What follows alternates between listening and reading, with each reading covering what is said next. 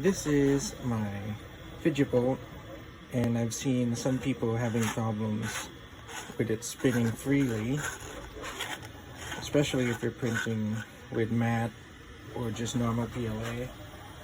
Petg and Silk Pla works best, but they all still work, and eventually you can get even the toughest one to work if you just sand it down just like this.